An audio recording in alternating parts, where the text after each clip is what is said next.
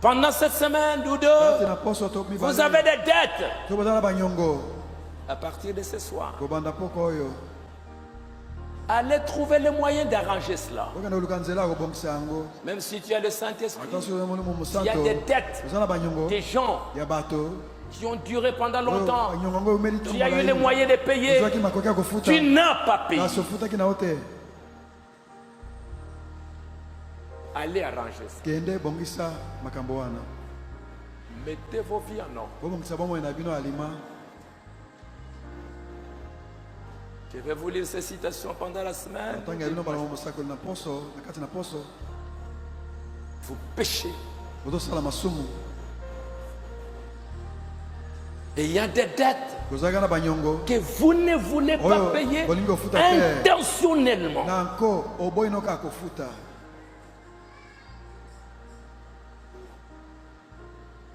La Bible dit que ceux qui ne payent pas les dettes, ce sont des méchants. Si c'est un dette de loyer, ça c'est autre chose. Ce n'est pas des véhicules. Peut-être que vous avez un temps, vous êtes entendu pour payer.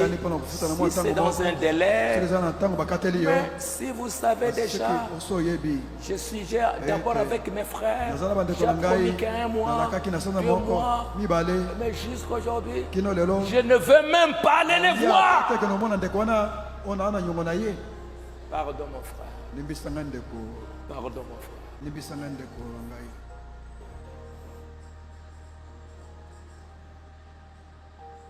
J'ai lu une histoire. Dans les pèlerins, les voyages du pèlerin. Qu'un chrétien avait aidé quelqu'un. Et l'autre devait lui rembourser. Mais au lieu de rembourser, il n'a pas voulu le faire. Le chrétien lui a dit, écoute, ce que tu m'as fait, ce n'est pas simplement à moi, mais tu as fait du mal à beaucoup d'autres qui viendront. Aujourd'hui, tu viens jeter dans le lac. Je vais rembourser après 5 mois. Après 5 mois, tu ne viens pas. 6 mois, tu ne viens pas. 1 année, tu ne viens pas. Est-ce que tu sais que tu as fait du mal à cette personne et non pas simplement à cette personne, tu y as fait du mal à beaucoup. Parce qu'après toi, un autre frère viendra chez moi. Est-ce que vous pouvez me donner $200? Je dirais non, je ne saurais pas, parce qu'il y a l'autre qui avait pris jusqu'aujourd'hui, il n'est jamais venu. L'autre va souffrir. L'autre va venir. Frère, est-ce que tu ne peux pas payer? Non, je ne saurais pas t'aider. Parce qu'il y a l'autre là-bas, depuis qu'il est parti.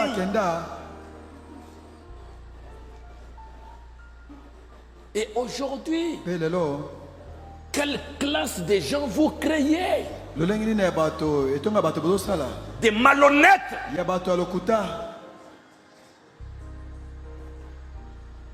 On s'entretue. Vous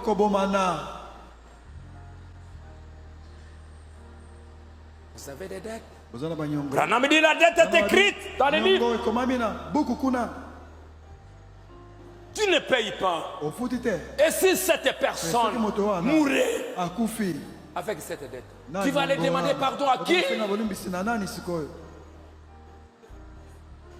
On s'habitue à l'église. On devient un club.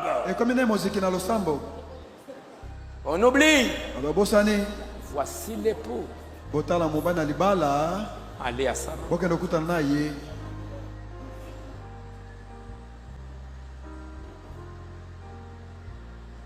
Vous les frères divorcés.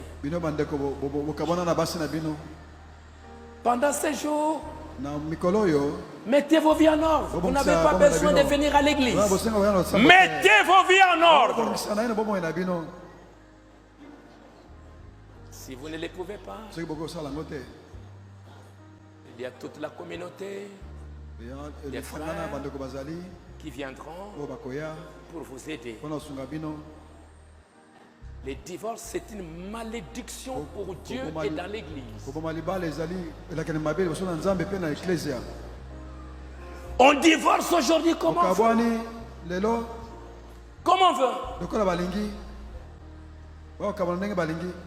Et on ne sait pas ce que ça fait. Vous divorcez.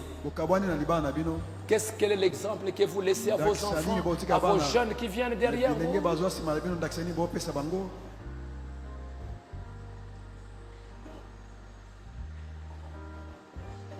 Si vous avez le Saint-Esprit et que votre vie en ordre, venez. Prions pour tous ces problèmes qui se trouvent. Que Dieu aide. Vous avez des problèmes, allez arranger ces problèmes. Des foyers brisés. Papa qui a laissé les enfants. Maman qui a laissé les enfants.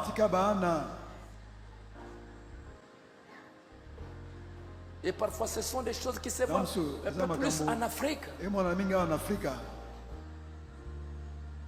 Tu laisses maman avec les enfants. Toi tu t'en vas, non, je suis allé chercher les diamants, je suis allé chercher ici. Pendant des années, tu dis que tu es incroyable. Mais tu n'es pas incroyable. Vous ne mettez pas ça en ordre dans 3 mois. Votre qualité de membre.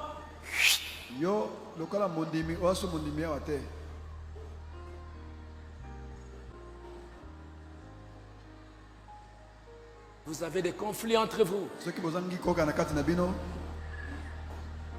Vous avez des conflits entre vous. Des frères qui ne s'entendent pas. Des sœurs qui ne se parlent pas. Des familles qui ne se parlent pas. Des papas et des mamans dans leur maison, ils ne se parlent pas. Papa, il est comme un léopard dans la maison. Et tu viens à l'église. Pour faire quoi? Vous détruisez l'église par votre présence. Vous apportez les démons par votre présence. Avant de venir à l'église, ma femme, ma chérie, on se pardonne.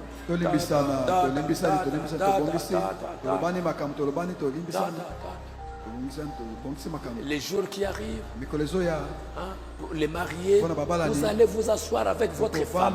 Pendant un temps, vos femmes.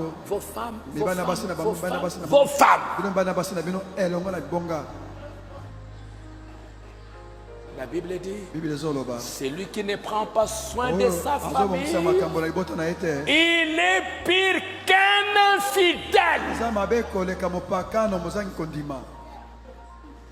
J'ai préféré faire une campagne de païens qui viennent à l'église que d'avoir des papas, de mamans qui dans leur maison, ils ne prennent pas soin de leurs enfants.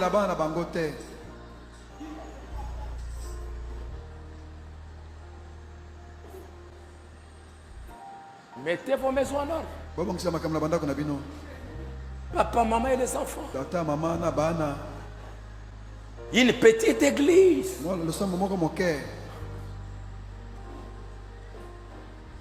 Où on se sent bien de venir. Où les jeunes qui viennent, ils vont aller, allons voir papa tel, allons voir maman tel, allons voir comment ils sont dans leur maison. Et quand les jeunes regardent, oh, quel bel exemple pour nous.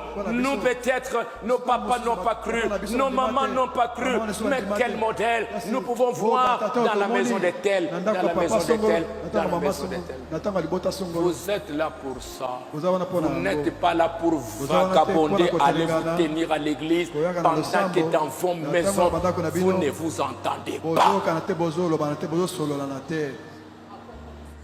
C'est pire que du paganisme.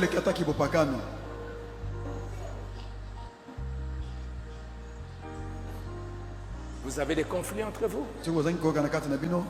Vous avez des sœurs avec qui vous ne parlez pas. Ne venez pas à l'église. Allez arranger ça. Allez mettre ça en ordre. Les jours où tu apprendras que cette soeur est partie, ce frère est parti, c'est fini. Que tu saches que tu iras en enfer. Tu vas quitter ici avec la carte de visite dans votre poche pour aller dans un coin, pour aller dans l'autre coin. Mais de l'autre côté, vous allez rencontrer Papa Abraham.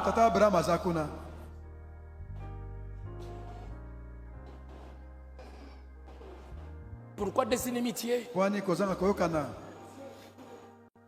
Pourquoi vous ne vous parlez pas? Pourquoi des querelles et des disputes?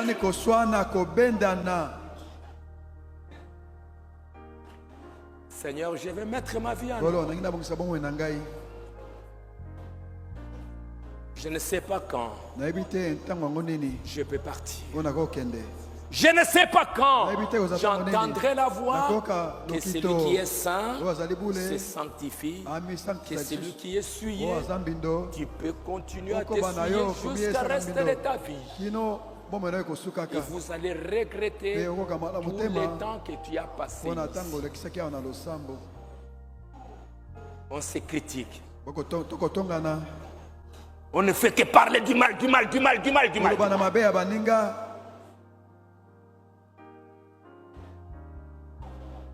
Prends ma main, Seigneur.